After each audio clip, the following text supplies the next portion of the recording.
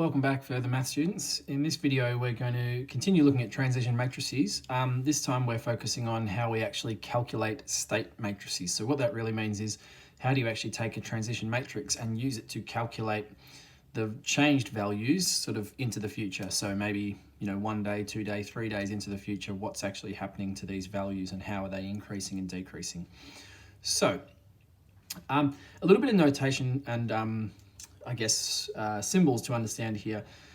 The way that we set these things up is that we often call, and this might actually be familiar to you from financial maths, we often call the initial state matrix, which shows the starting values, S0. So S0 often, it doesn't have to be letter S, but commonly letter S. S0 represents the initial situation, just like it did when we set up recurrence relations in financial maths. And then the state matrices after that are called S1, S2, S3, and so on.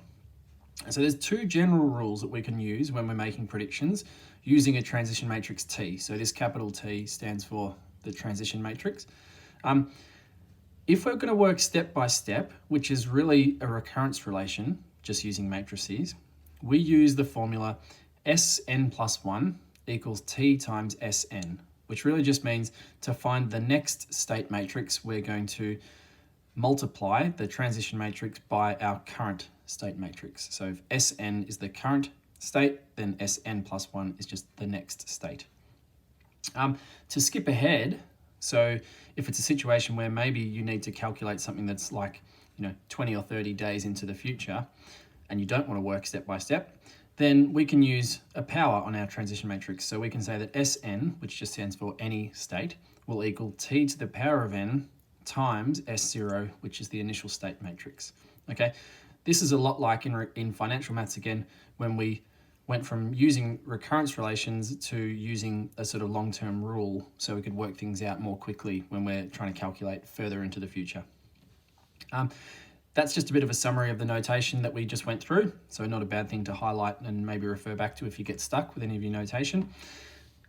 Let's have a look at how this sort of plays out in an example, and hopefully it'll start to come together for you then. So we're actually going back to our factory with machines example that we looked at in the previous video.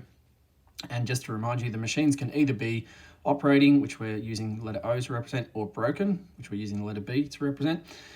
Some broken machines will get repaired, and some machines will be operating but then they'll break. So from day to day, they're changing sort of, the values are going to be changing. We have our transition matrix, and we're also going to use a column matrix to, the columns of our transition matrix define the machine states at the start of a given day. So really what's happening here is it's like this is the start of the day, and this is the end of the day. All right, at the start of a particular day, 80 machines are operating and 20 are broken. So to write down the column matrix S0, we're saying that the initial state matrix is going to be equal to,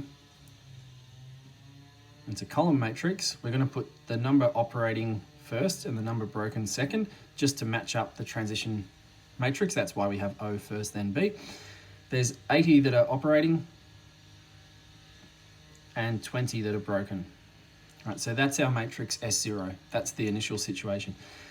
Then in part B, it says how many machines are in operation and how many are broken after 1 day, 2 days, 10 days. All right, well, let's start with just 1 day, obviously. Now, 1 day is 1 day after the initial situation. So we can say that S1 will equal T times S0. All right, where T is our transition matrix and S0 is this matrix here that we've just set up. Let's use our calculator to work that out. So we're going to put that information into our CAS. S0 is, the transition matrix first is 0.85, 0.15, 0.05, 0.95, and then we're multiplying, you don't need to put the multiplying symbol, that's okay, by the column matrix 80, 20.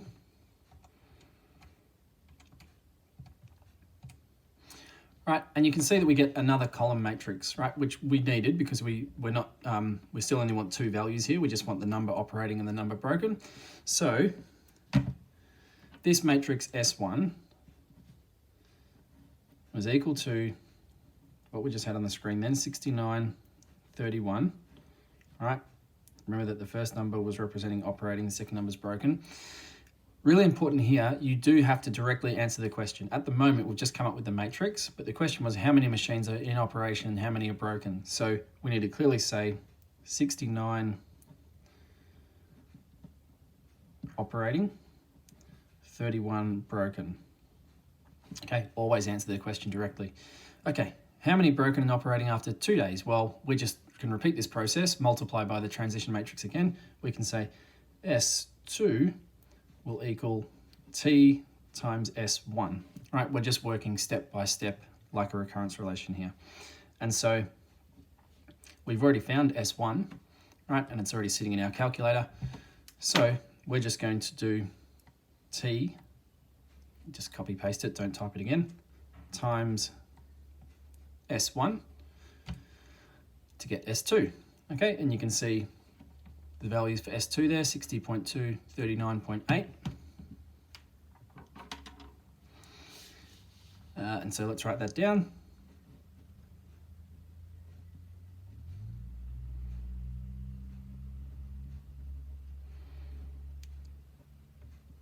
Again, we're going to answer the question.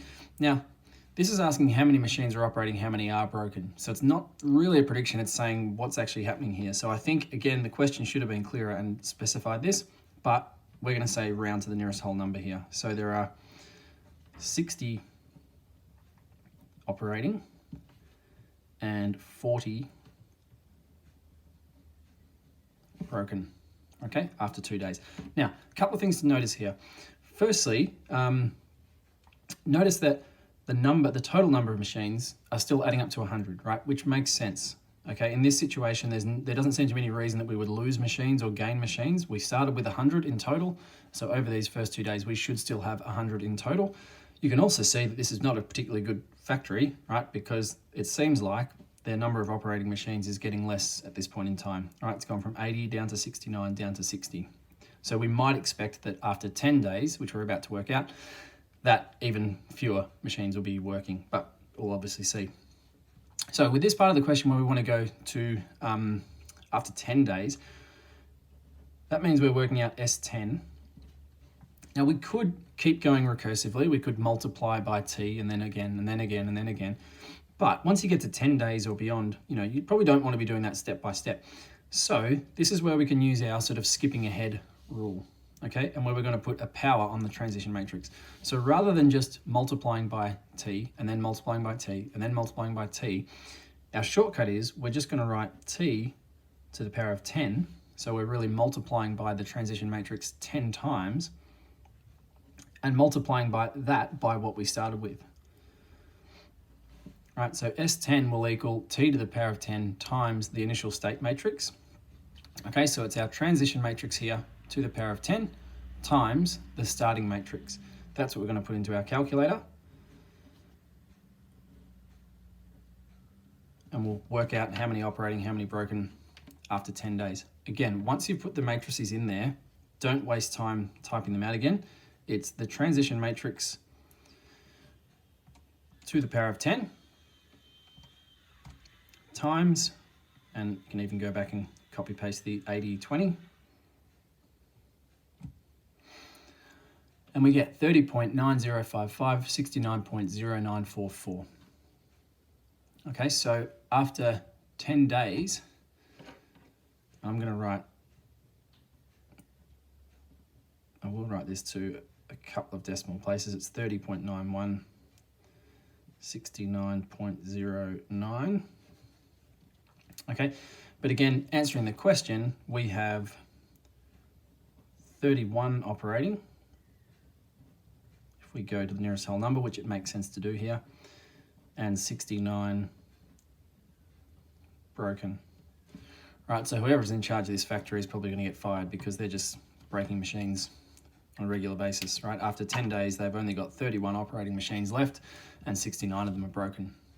Okay, so you can see that idea of how we've used a power on our transition matrix to calculate something that's a bit further into the future rather than doing step by step. Okay,